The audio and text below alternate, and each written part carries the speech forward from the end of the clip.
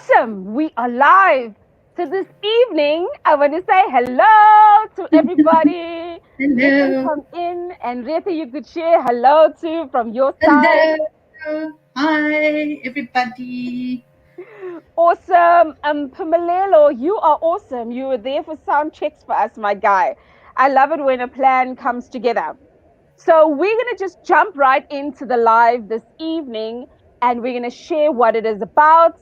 And as you guys have seen across the different platforms, we have had this live session pending.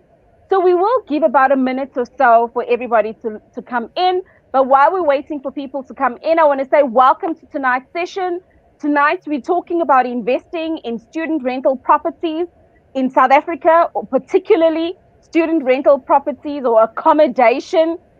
Everyone's got a different way of saying things, right? So the grand question tonight, who who none other than Retha to come and answer the grand question, is student accommodation a good investment? So tonight we're just going to be thrashing all of that out. They say there's a shortage of student accommodation. Let me not just say they say. If you go to Google and you type in Google and you talk about what is the shortage of student accommodation, all the facts from Google will show you that there is a huge increase in the shortage of student accommodation. So, in my mind, if there's an increase in something, surely there's a demand. So, the demand grows, and I think therein lies a good potential investment for both investors that are current and for investors that are new. So I know I said a whole mouthful there, but I just really want to say, ladies and gents, this is what we have set up this evening for. And I would like that Retha introduces herself. Retha, all is yours. Hi, everybody. So excited to be here tonight and just share a little bit of my journey and so on. So, I'm obviously with my property addicts over there, and I've been doing student accommodation now for a while, and I'm also the CFO for M5 Property Addicts. And I've started with student accommodation in a rush, kind of forcing myself into it. And when you open that floodgate, that's when the magic happens. And it happens so fast with student accommodation. Before you wipe out your eyes, you're trying to help the whole world, which is my mission. I've made it my mission, is to help as many kids as I possibly can to get their education. And as a housing provider, we're so important in that cycle, in that life cycle of those kids' lives. And for me, that is my passion, to give them that chance to be successful. I mean, that's all we want really in this country right now. Yeah. Absolutely. No, absolutely. Thank you so much for that, Retha. So, look, guys, I'm going to also give a young introduction because this evening we have the blessing of streaming across multiple platforms, across multiple pages, so that, Retha's following can get to knowing me and my following can get to knowing Retha, but more particularly, those that are aspiring entrepreneurs that are wanting to know student accommodation. This is your evening. So it's not only just about us, this is really, really about you. So for those of you that don't know me, my name is Genevieve Stafford Jack, and I'm also a property entrepreneur. Basically, I started out in creative finance. So I started sourcing deals, and I found that whenever I was in front at a networking event, saying, this is the deal that I got, this is the type of strategy. If you're looking for this strategy with this return on investment, then this deal is for you. Come and speak to me during the break. I found that I would attract a lot of property investors as well as people that would say, Jen, I want to be just like you. I want to be able to be brave and confident and actually say, the way you do about your numbers, about your strategies and things like that. And that's how I got to teaching in property. And I really just focus on the beginners because I've got the patience, because that's where I had the biggest block. Like Retha's got her passion for really making students' accommodation come alive. I've got the passion for I will hold your hand through the process. So that is really what Genevieve and Retha is all about this evening. And I want to ask Retha this question. This afternoon, while I was making sure that everything was like really aligning, I remembered my very, very first memory of Retha. And my very first memory of Retha was us in the classroom. And this was in, uh, phew, it was a number of years back. Do you see how blank I went there? So it was a number of years back. We were sitting in the classroom, and I remember Retha was sitting right in the front, and the thing that I remember her saying is, "I am no longer scared to ask people for money. Like it's okay. Like I just ask everybody for money. I take it as a game, and I ask everybody for money." And I thought to myself, she's a cool chick. I like her. So, Marietta, do you have any possible early memory of me? Yo, I remember it was another class. I think it was a class that followed on that class, and I just remember this girl. It was like this big ball of energy, bouncing around, asking questions, saying these amazing things about life coaching and how to talk to people properly. And I was like, yo, I'm not. I love asking people for money, but if I could just tap into her mind and get that the right way to do it. Imagine the magic that could happen from that. So that for me was my earliest memory. And I was like, please just, I was almost too shy to ask her for her number. It's like, please, can I have your number? And then I never That called. is And amazing. eventually met up in another way. But yeah. Yeah, through business ventures. So that Yeah. is fantastic.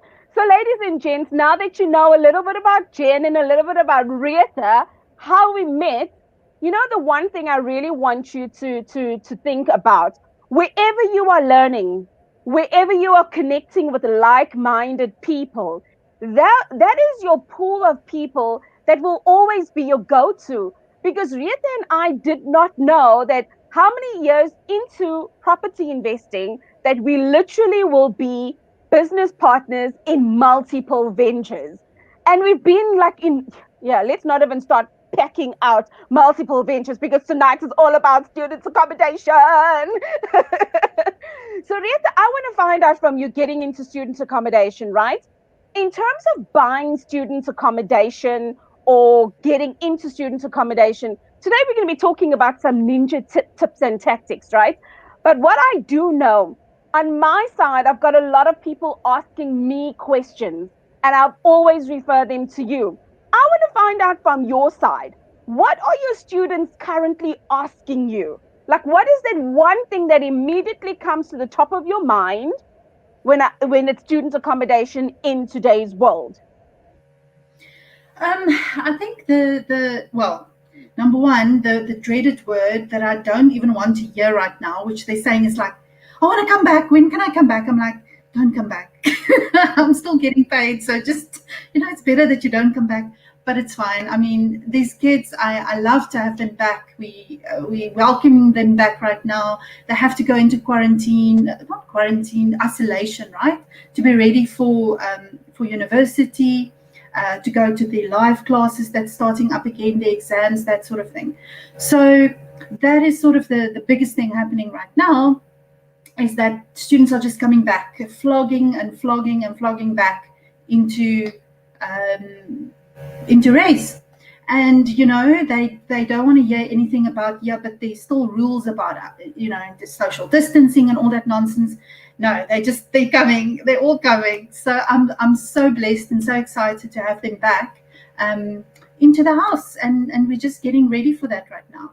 And I think the main thing is as well, that they're asking for a lot, is they want to have access to internet right now, because they're doing some of their classes still online, even though they're coming back. Some of it is face to face, but a lot of it is still online. Seems like universities are trying to limit a little bit about who goes into class and what can they still do online.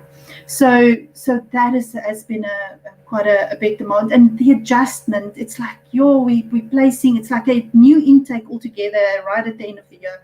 I thought I was done with it, because that's like such a lot of work, and now it's starting again.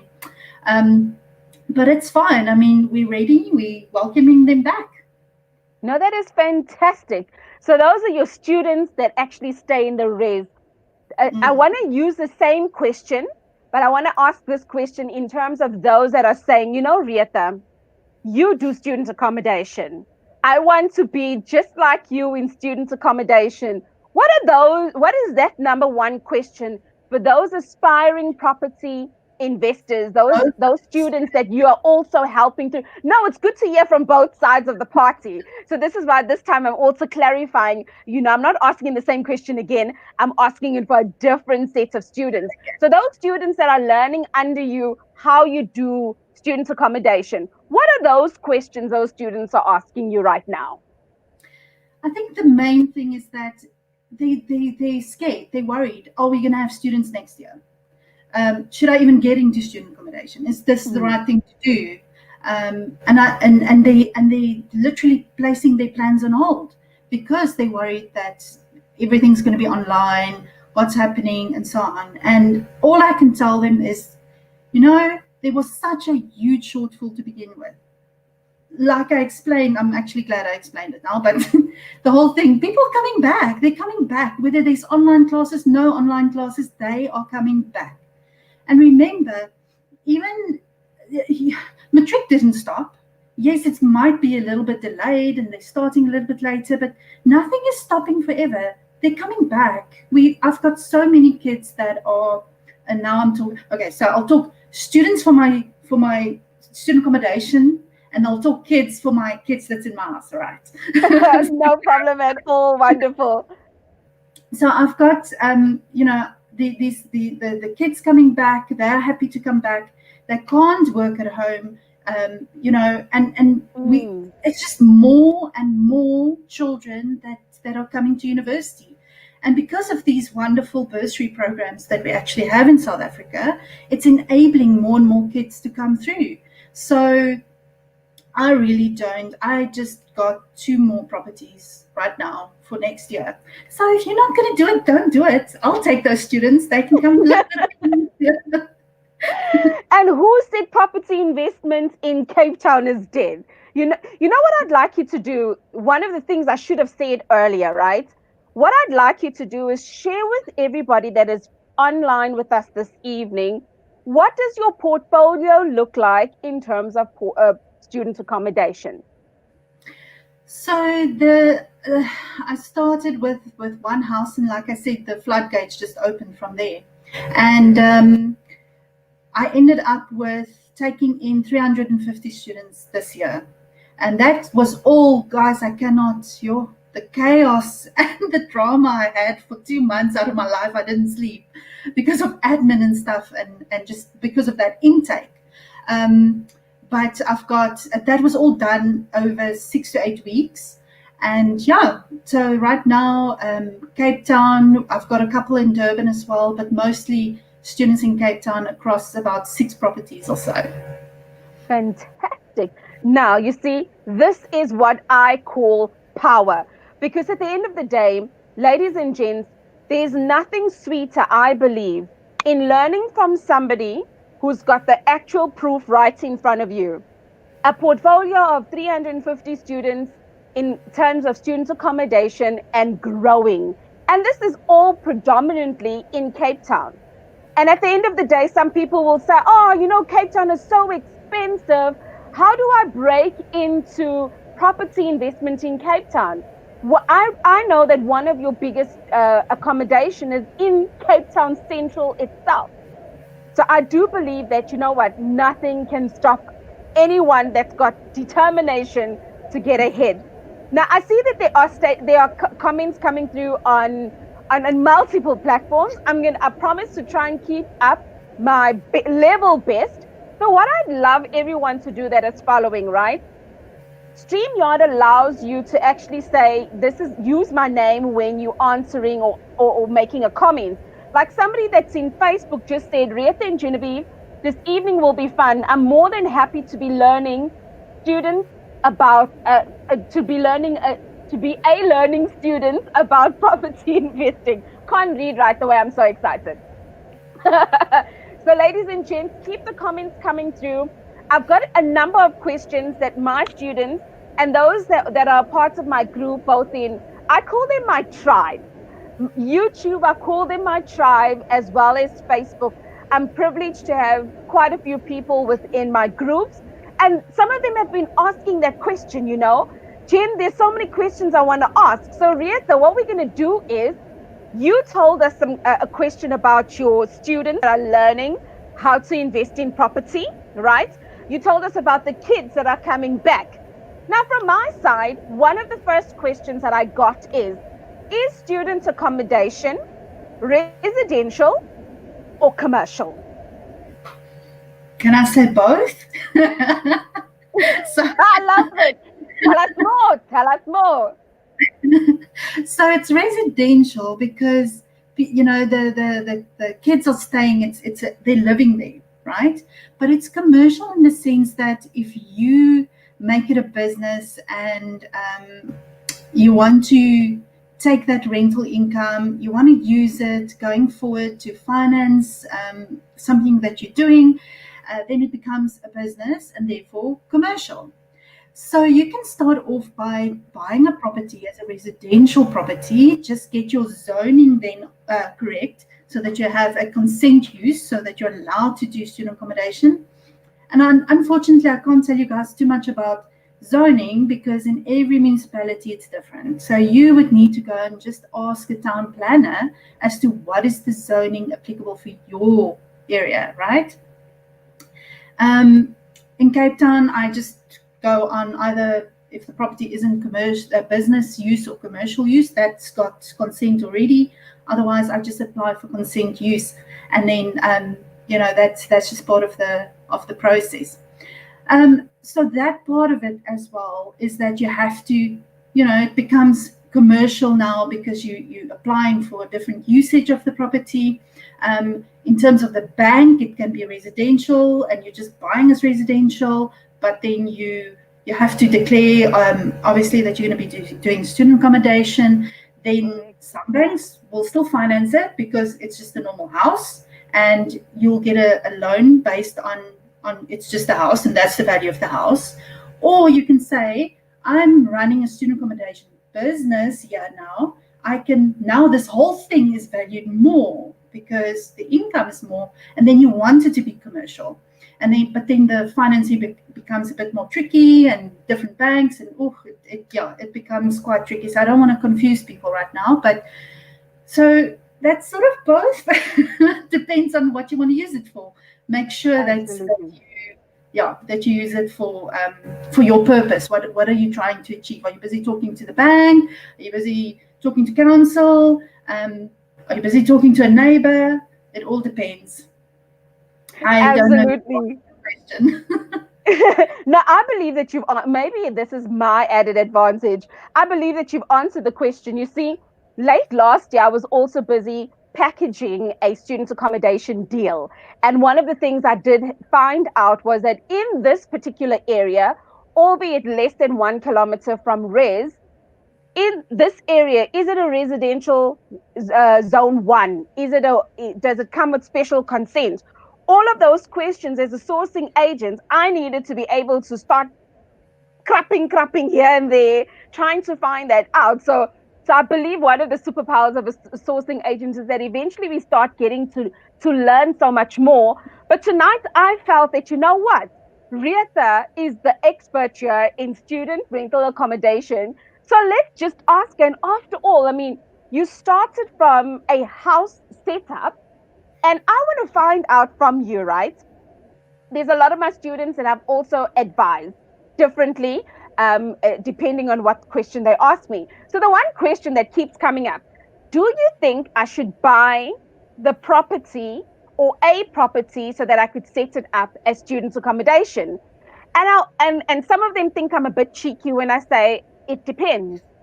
Because really in property investing, it really always goes back to it depends.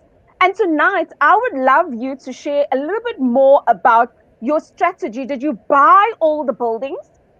What strategy did you use to actually acquire these buildings so that you can use student accommodation?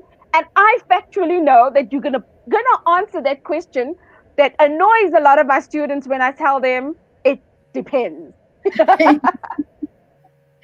Oh no, I love that question. I absolutely love it because I did everything.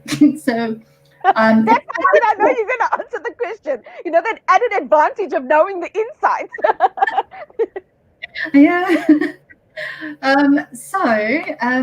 yeah. So it started off with a property that we bought, and I was a little bit lost. I was completely lost. Where do I get students? How am I going to manage them? Um, I didn't even when we started looking at the property, I didn't even realize that um, it was so close to a university because I wasn't even looking at student accommodation at the time. And then when we bought it and I started to do the numbers and I realized that it's so close to the university, I was like, wait a minute, this could work. And I always say to people, if you can buy, if you're in a position to buy, because you're also going to be experiencing the other benefits over and above cash flow. You're going to get your appreciation. You're going to get, if you have a loan, you're going to have amortization on that loan, so that's going to go down over time. Your property is going to appreciate, so you get all of those benefits as well, plus the cash, right? So I would Absolutely. say definitely always try and buy. Now tonight, also, I want to also clarify that there's another way that people traditionally invest in student accommodation, whereby they would buy a property for their child, right, while that child is at university. Now, they buy a property, and 4 years later, they sell the property when that kid is finished, or the second kid is 10 years later. They sell that property and they've made a crap load of money. That's not the type of student accommodation investing we're talking about tonight. Tonight, I'm talking about you as a landlord renting to, students and getting income from there. Okay, right. So the other one that I also did, which I also loved, and it helped me actually so much, and I learned so much through this, is the rent to rent or subletting thing that we did with the students. And the reason I had to do that is because, hello, I just had one property that I was trying to fill. Now I had 2 weeks to come up with 300 more beds. That you're not going to buy a property and, Good and, life and problem. 2 weeks later, you have 300 more beds. No, it doesn't work like that. So a lot of those beds I basically got through a subletting rent-to-rent strategy. And what's nice about that is that, number one, you just have a deposit, so you don't have to go through, and it's quicker because you don't have to go through the whole buying process. But the other thing is Mhm. that we ended up renting per bed. So I don't rent the whole house. I rent a bed in the house. So if the house can take 20 students, say to the landlord, okay, well, I'll give you 2,000 rands per student that I place in your house. But I'm only paying for the students that I can place. And that helped a lot because in this COVID time we had what do you call this thing, social distancing, right? So we couldn't place, traditionally you can Mhm. place 2 kids in a room, but now it's becoming a risk, so we didn't want to do that. So we wanted to first fill up everything in the level 4s and so on, with just one student in a room. And then I just paid for what I used, which was awesome, because then I don't carry the risk of that property not being full, and paying rent, and I'm not getting any rent. So Absolutely. that was also awesome. So I think both of them have their pros and cons, and it depends. It's up to Yes. you to decide what is it that you need in the moment and what can you afford. Does that? Absolutely. I love the way you answer that question. Yeah, because you're giving us the pros and cons of both.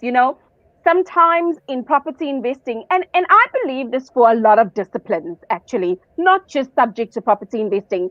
When a question is positioned, there's no one way of answering. It all goes back to circumstances.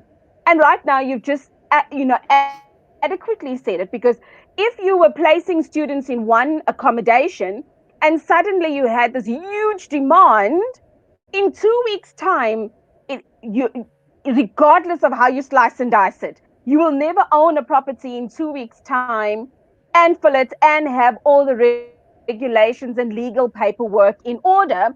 So we always have to look at, so what else could we do? And that's the beauty, I believe, of property investing.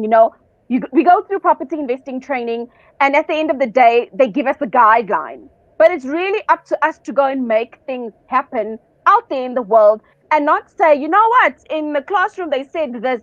Why is it not happening like this? Whereas, you know what they say, you can skin a cat. How many ways can you skin a cat? In so many different ways. Fantastic stuff. So I want to find out from you, Retha, uh, in terms of your student accommodations. I know you love all your kids. I want to make that disclaimer.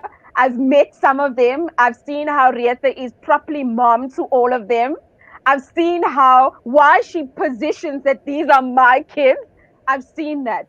What I want to find out from you, those that are really thinking of, I want to get into property accommodation, but which year should I go for in terms of the kids that are in university? Which year or which level should they be at? I want to find out from you both the pros and cons of the students that you have encountered in the different levels.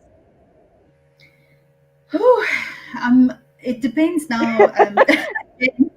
No, but it's like, yeah, it depends on what day of the week you're talking to me, because sometimes I want to murder some of them. Um, because no, but it's like that's like where do I even start? So first years, right? They are very still immature, okay? Because traditionally or chances are that they've only ever lived with mom and dad. And we know as parents, yes, I have 3 of these little brats. They are very spoiled. We do a lot of things for them, and we don't teach them normal things like how to reduce electricity, and switch off the lights. So that became my job, to teach kids how to save electricity, because I refused to pay 500 rands every single day for electricity for the house. I'm like, no, that's not going to happen. So I had to like restrict them, those things, and you end up teaching these first years these things. They are there to party. They were so mad at us when we said, sorry, you're in isolation, you can't go anywhere. And we strict as well, right? We have to be a little bit strict with them. Absolutely. We're not just the landlord that comes and collects the money at the end of the day. We come and check up on you. We check that you isolating. We check that you sterilizing. We check all of these things, and we like that parent that comes in like, what are you doing? So they sometimes love us when we help them out with their lecturers. We even, my business partner, she will call the lecturers. She's made friends with the lecturers, and she'll help them actually with some of the issues that they might have in class. Whereas some people won't do that. So it's a little bit help in that sense of the word as well. So that's first years, and they were very upset that their party year, their first year, which is supposed to be in town partying, and we were on Loop Street, the like party hub of Cape Town, and then they everything was closed anyway. So I love that street. I mean, that's like a nightmare for a first-year-old, right? Even in my days, I would have been like, what? You guys are crazy. So I'm glad I missed this year. Then the second, but now, I'm also thinking that come next year, so I had a majority of first years with some second, third, and fourth years interspersed between them. But I'm definitely next year, I'm going to mix up my more senior students with the junior ones, right? So that there's a bit more of a balance in the house. Second years are a little bit more focused. They know how to do the processes, how to apply for their bursaries, how to do the paperwork. What are they going to get? What can they afford? How to manage electricity? How to clean up after themselves? They're already accustomed to all of that. And I'll tell you, the first years hate us because we're strict. The second and third years love us because they realize the crap that they could be sitting with, and they actually love it in our houses. So, you need that little bit of a balance, and you need a leader in a house. apart from the house mother and house father, Absolutely. one of the students, it's good to have a leader in the house that can, hello, you can't put your heater on in your room. We're all going to pay electricity, and they will confiscate these things, right? So you need that leader. I don't want to go and confiscate. I can't be there Pretty in the middle of gangster. the confiscating electricity and things that they're not really allowed to use. So you need that leader in the house, and that normally comes out with the little older kids. So I think your grad students are, don't mix them with the junior ones, because we also don't want drinking in the house, because that just causes a huge mess. They do, under the table quietly, but it's not open in a big party type of thing, because that's the quickest way for council to come knocking on your door. So the older the post-grad students, those are the ones that, they will have a glass of wine much more responsibly than the little ones. And then, they'll want to do this as well. And then it just creates chaos, because the older ones are upset because they get restricted. The little ones are upset because they can't do it as well, if you allow it. Yeah, so I would never mix the two, definitely not. We had a mix at some point. We eventually solved that situation. But yeah, that's sort of what I would say. In my online course, I have quite a lot of detail on that, but I think my viewpoint, as time goes by, your viewpoint matures. And so you guys got the upgraded version of that tonight. I love it. I love it. But you know what? In your online course, I still believe a lot of what you shared is also relevant. But like you just said, as we continue in this journey, the online course will tell you your beginning stages, because every entrepreneur is going to have their own set of learning. Like the learning curves are going to be so very interesting. And you've touched on a couple of tips and tricks that you just threw in there. So I want to find out from you, in terms of the smartest, I want to call it this, right? The smartest student rental accommodation. What tips can you give for somebody that says, you know what, I want to run a really smart student rental accommodation here, and I want to keep these 3 tips, if not more, if less, whichever, but I want to keep these tips in my mind for when I venture down this journey. What would you share with that particular aspiring property investor, aspiring property entrepreneur? Right. So I think the first one is that before you find a property, find the university that you want to cater for first, and make sure that there are other institutions around it as well. And don't just look into the big ones, right? Because if you look at Potch, right? I mean, every single homeowner in Potchefstroom knows that, hello, I can charge 3 times the price of what my actual property is worth, because I know you're going to place students and you're going to make money from this, which erodes the profit that you can make out of that property. So also look at, your not so common ones, your business schools, your culinary schools. Look for those ones, search for it on Google Maps and see what you get. And then try and fit yourself within 1 kilometer or as close as possible, or to a bus route or something, to those institutions, right? There's also a lot of them, those ones that'll have short courses and stuff like that, and you can charge a little bit more rent for your short course students. So there's a lot of flexibility in those institutions as well. So don't overlook that. So I think that for me is tip number 1. Take your blinkers off a little bit and don't just look at the mainstream universities. There's lots of other ones out there as well. And they even pay more for rental than your normal university. So don't forget about those. Wonderful. Then my second will be around finding a property. Now, it's a little bit of a numbers thing now, so I hope everybody's got the numbers hat on here. But for me in Cape Town, it's very simple. In Durban, the numbers are different, because there your rental that you get is a lot less than what you would get in Cape Town. So you need to just apply the mathematics a little bit and your own logic. So don't just go with what I say. But in Cape Town, the ratio that I use before I even go out and look at a property, I ask the agent, I say, how many students can I fit into this property? I can fit in 20. Okay, cool. I know then I'm not going to pay more than 2 million for that property. If that property comes at a 5 million price tag, I'm not interested. If I can fit 30 students, I do 3 million. 40 students, 4 million. And with a rental income, and then I'm using a rental income of average 3,000 per student, right? So some of it will be less, some of it will be more for single rooms, etc. But it comes out to an average of about 3,000 per room.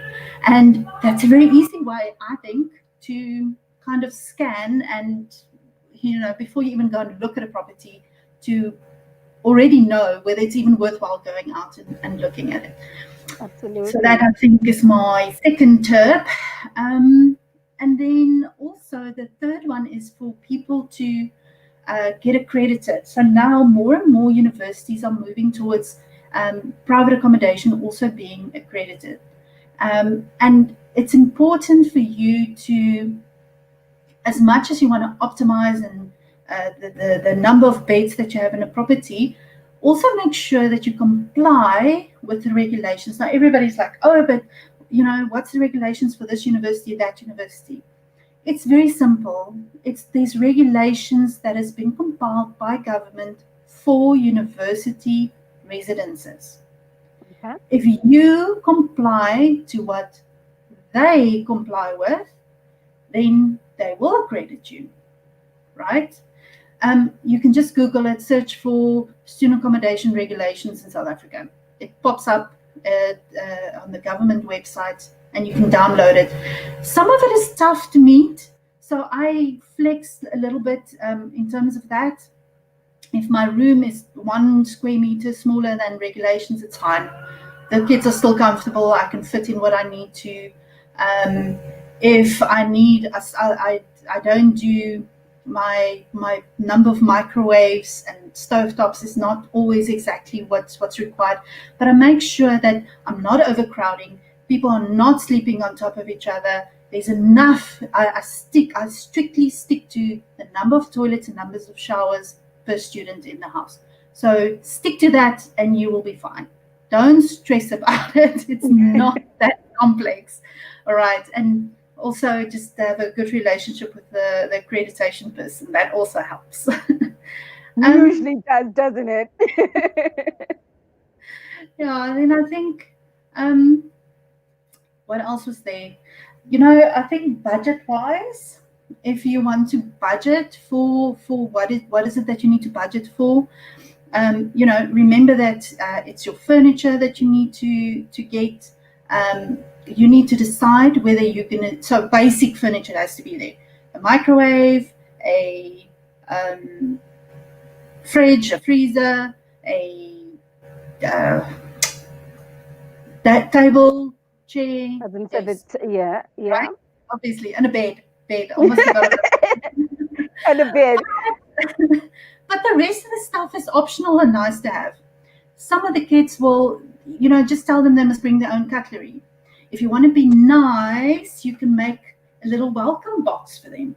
And in there, you put for them a knife, a fork, a cup, a plate, whatever. And you put it like nicely on their beds, and they feel special when they move in, right? I did that the first time around. After the second time now, I'm like, guys, just move in. But now, you can decide, do you want to give them those cutleries and things, or because your student accommodation might be a little bit more fancy or upper class or whatever you want to call it. Otherwise, the kids are fine to bring their own stuff. They'll just bring a few things from home. And the other thing also in terms of furniture, and that is, guys, cockroaches, okay? Fumigate whenever somebody goes in or out, just fumigate.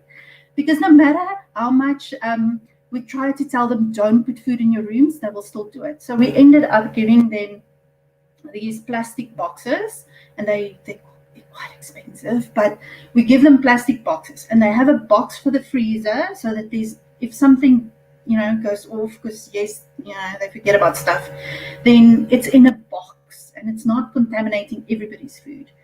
It's got their name on it, and it's their little box that's their freezer. And then also for other food stuff and so on, veggies, whatever, there's a box that they can put it in, and that helps in terms of unwanted critters in the house. I'm like, no, just spray. Cockroaches and me. Spiders are okay, but not cockroaches. So I think for me, those are the sort of the main things I could say in terms of tips. No, that is fantastic. I love the tips. I can carry on for the next I know. This I know. you know how much time you had in mind for this.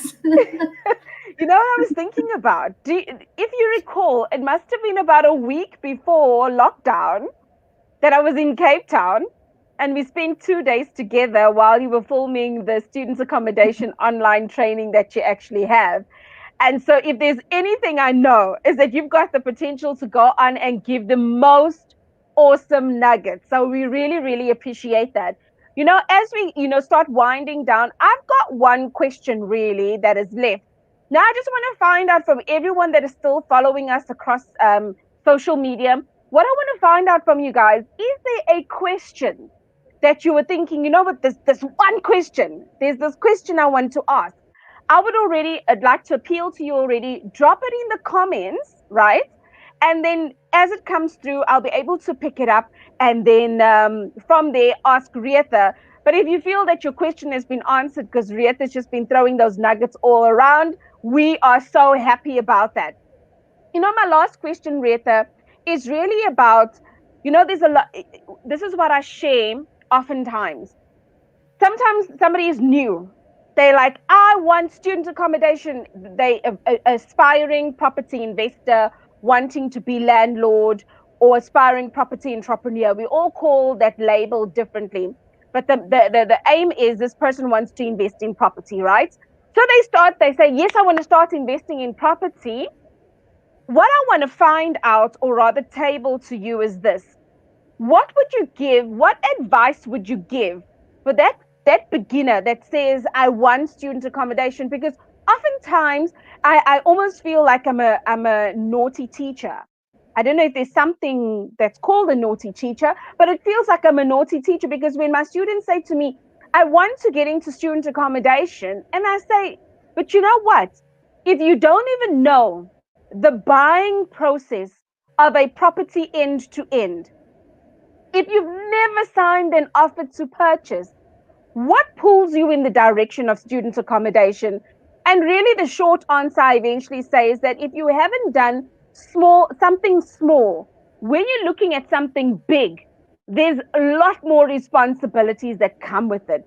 Now, we want to hear from you, who's the expert in this, right? I'm just the guardian when I'm helping people go through property investing. But from somebody like yourself, you had multiple properties before getting into student accommodation.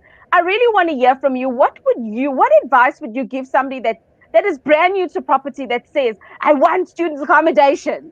I'm trusting that my question with the answers I've given to my students hasn't derailed in any way. But yeah, this is what happens. Sometimes it just all comes out at the same time.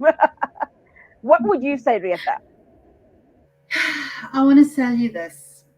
I did lots of rentals, lots of everything before student accommodation. Nothing prepared me for this. Nothing. Wow. Wow. It's like, it is something else. And when you're used to doing something small, and not, well, small in the sense of it is hands off, and it's a house and there's people renting, and you speak to your agent once or twice a month about something that might have broken, and did my rent come in? Yes, it did. La la la la la. I even had, at some point, 3 days that were renting on the same property, a 2-bed, a bachelor, and a house. And they drove me crazy, and I sold the place just to get rid of them. I don't know what I was thinking when I went into student accommodation. I don't know what I was expecting. But it is nothing I did before this. And I did multi-lets, I did mixed use, I did developments, apart from my development, which is a whole different, live, 6-hour live for another day, apart from that, but it wasn't related. So I think that this is really, you need to know that you have to have the time to do it. There's no age, and especially if you're going to work with bursary students, right? Bursary students, it's nice because you get paid. You're almost guaranteed your payment. As long as they've been approved, you will be paid. Private students are a different story, and you can get your rent in advance and blah, blah, blah, and that works completely different. But if you work with these bursary students, you have to remember that you are going to be doing so much admin. Okay, I was not prepared for the amount of admin that we had to do. And these people fill the forms in incorrectly, and we have to complete it 3 times for them so that they get it correctly through to the university. Then the university asks you for statements and statements and statements and statements in 4 different formats, and I still don't know which one they ended up accepting. Then you've got. Then after that, it's now invoices that need to go out to everybody. Then you have to explain the invoices. Then it's follow-ups about where's this rental, where's that. I was also charging a little bit of a monthly rental per student, and then the bulk would come from the bursary. But I had to have cash flow. So I was charging about $1,000 a month. During the year as well. That. Then you literally just need a full-time person just to, well, depends how many students you have, but you become an accountant, okay? That you need to know. You become your own accountant right there for the university, for the students, for their parents, for everybody. The other thing that I found that you need to know as well is that when you deal with normal tenants, right? You're dealing with maybe an agent if you don't manage yourself, or you deal with a tenant. And you guys, I'm also a tenant, so I know that I can also be annoying. So I'm not saying this just for everybody. I'm also a tenant. So, but tenants can be annoying. But now imagine you are dealing with a student that has never rented in their lives before. They think they can make demands and do all kinds of things. You're like, it doesn't work like that. They don't know that, okay? You need to tell them it doesn't work like that and explain it 6 times before they realize it. Then you need to, the other thing as well is that you're dealing with parents, a mom and a dad, and sometimes that mom and dad is not together.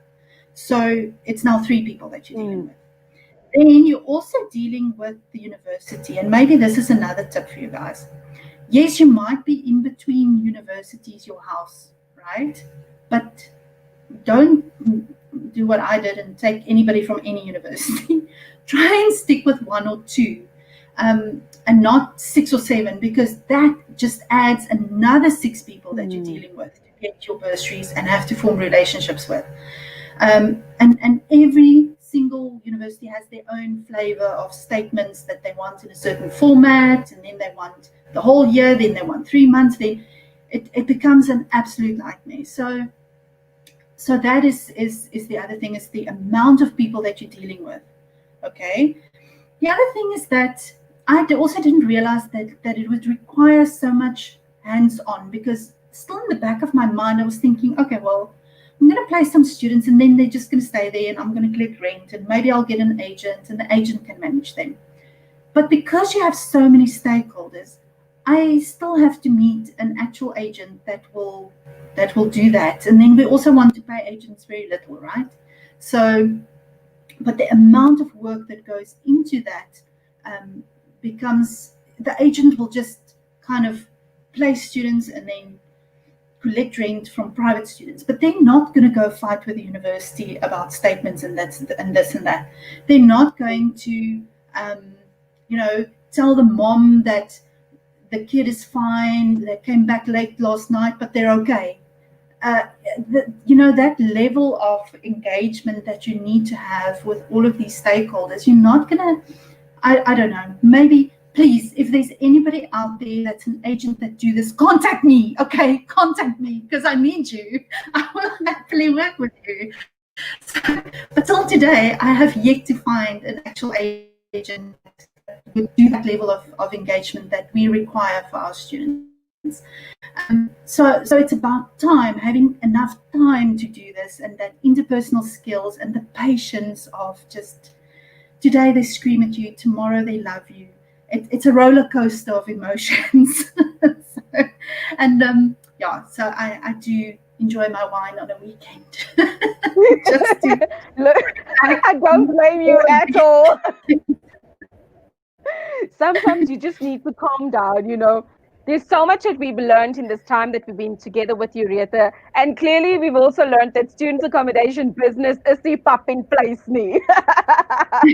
Now, what I'd like you to do is share with us I should have said this in the beginning, but my notes that I've made I just scrolled down and I'm like, I said one more question.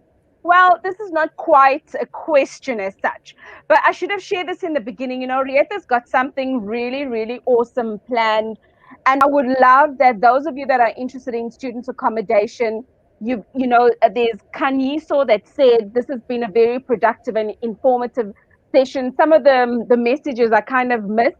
There is another big question that I'm going to ask at the end, that has come through from a Facebook user. It's just come through as Facebook user. So Facebook user, you'll identify your question, right? But there's something that's Retha's planned, and she's got a small community going on. Not small, actually. I take it back.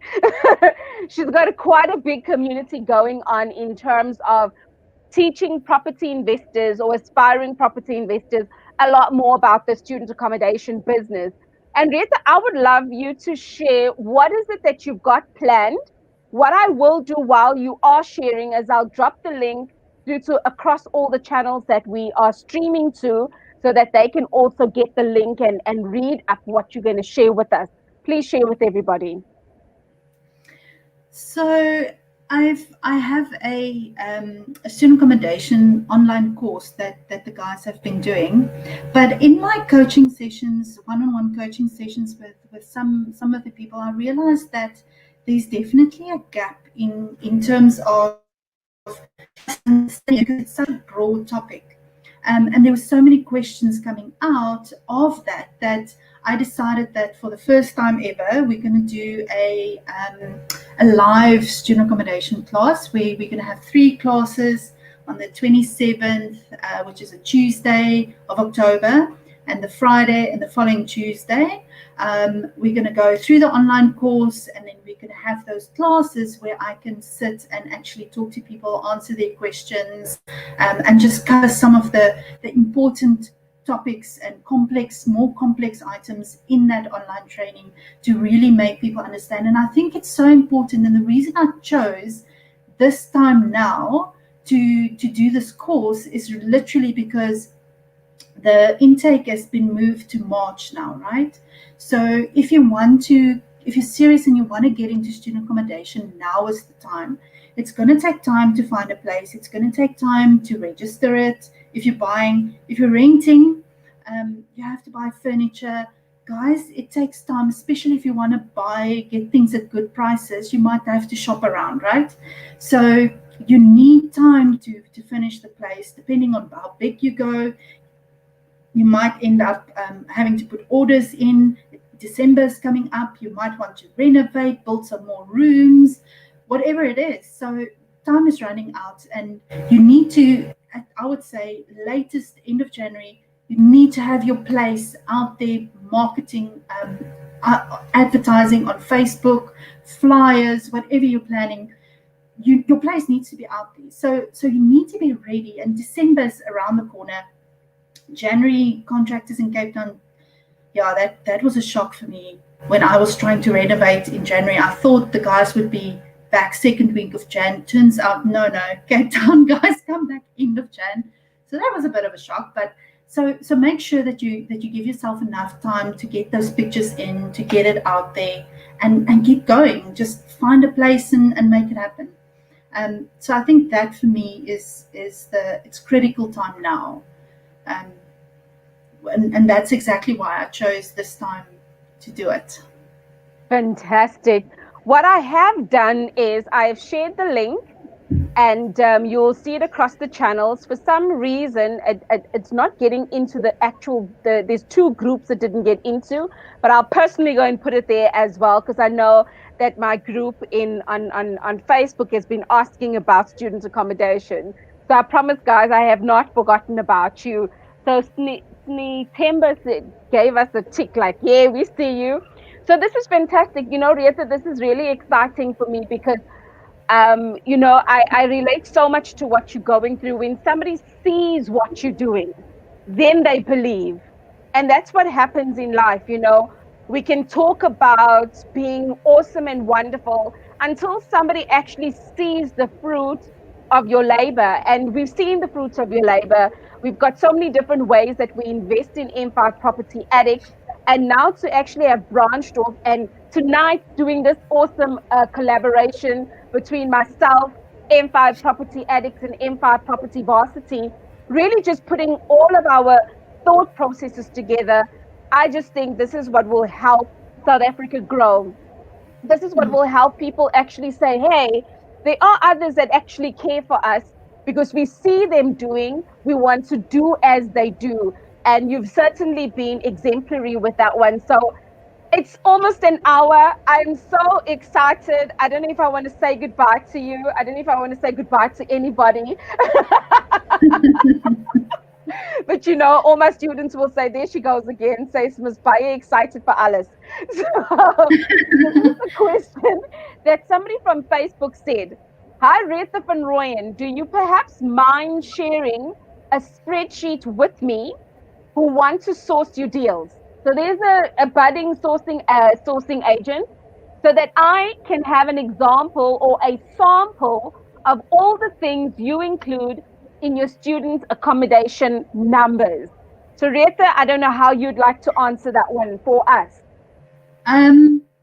Yeah, so I think it's simple. I will look at anything where those numbers work out as to 10 students, 1 million, although 10 students is a bit small for me now. So I think start with like 30 students, okay? So I will look at things where it's 30 students plus, especially if it's in I don't know if this person, where they're from now, Joburg, Pretoria, whatever. If it's outside of Cape Town, it needs to be 50 plus. In Cape Town, 30 plus students, and then obviously 3 million, 30 students, 4 million, 40 students. Just stick to that formula. I love that formula. It's simple. The numbers work. They just work. If it's Durban, you're going to look more closely to like 2,000. So your properties need to be cheaper. You need to put more students in a property, but generally your NSFAS amounts that they've given in the bursaries are more or less the same everywhere else. So those are the numbers that work. So don't overcomplicate it, because you're going to get yourself confused. Just stick to those numbers, and I'll look at those ones definitely. So fantastic. So I'm sure they've got the freedom to inbox you when if they want to have a one-on-one with you. Yes, definitely. No problem whatsoever.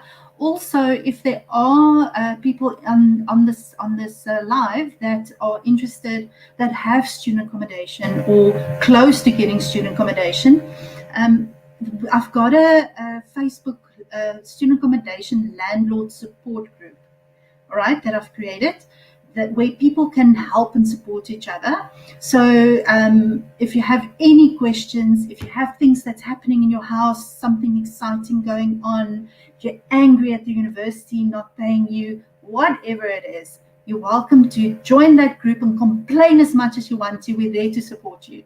as the guys are quite supportive. There was somebody from Vol and Van der Bijl the other day that asked a question about, working with the university there, and it seems like they've got all kinds of weird things that's not happening in Cape Town happening there. So it's important. The more people we can get into that, the more we can support each other.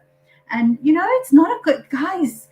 Please, I get so many people that say, "Oh, but if I help you, then it's a competition." It's not. Yeah. Oh, I All of love us that you say that. together cannot give us enough housing for these kids. We cannot, right? I cannot by myself. Mm.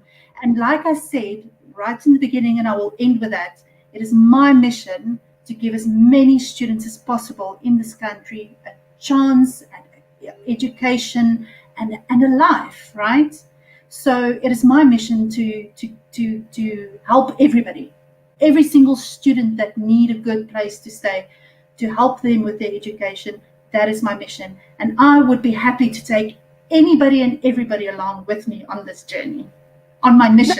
I'm gonna do On it your by mission. myself. You know what, I love what you said. I also get that sometimes. Some people say, don't you feel awkward training your competition? And when I just think to myself, oh, competition, if you only know the abundance of life. But if you only know that in property investing, if you truly are there to serve, it's not a competition. And I love that you eloquently say that. What I have done across the channels, I have shared the link to the Facebook the student landlords group. So those that are actually interested in saying, you know what, I want to vent in a safe place, but I don't just want to vent. I want to brainstorm with people that are in the same boat as me. Not sell to them, not whatever, but to really just say, you know what, guys, I'm in this not so nice situation. Has anyone been there, and does somebody actually have a solution? So, Retha, you have said so many magical things this evening. I want to absolutely thank everyone for joining in. We've gotten so many messages that are saying thank you, so informative. Jessie says she's in, or I'm hoping, yeah. Jessie, you got a pretty picture there, so I'm reckon if this is Jessie's wife, then I'm done. But yeah, there's a lot of people that have said this has been such a informative evening. And I truly am thankful, that we are able to say, over and above us wanting to be property entrepreneurs, over and above us wanting to make money, because the reality is property is a business. Like, don't forget that one, right? But the reality is that there are people like Retha, there are people like Genevieve, and there's people like a lot of others out there. I'm not saying others are not, but there's people like us that are actually just wanting to say, we can show you what we're doing, because we will never consider you competition, even if you surpass us. My mission and your mission are so much different.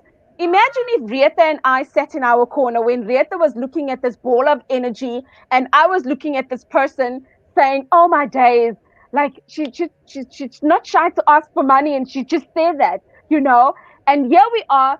Had we actually stayed in our corners, the businesses that we are currently involved in, would it have actually happened the way it is? Business partners, the synergies that we've done, would it actually have happened? But the beauty of life is that we will go on the same journey, but because our life mission leads us in a direction. Retha's life mission led her and is still molding her in the space of students' accommodation. Yes, she's done multi-let, she's done development, she's done mixed use. Guys, you've seen her resume. Like, I don't even have to. On this parting note, right? I've got a household joke. I wonder if anyone wants to hear my Say, household joke. You're gonna tell? You know what joke I like to say? Tell me my household joke, Retha. you do it.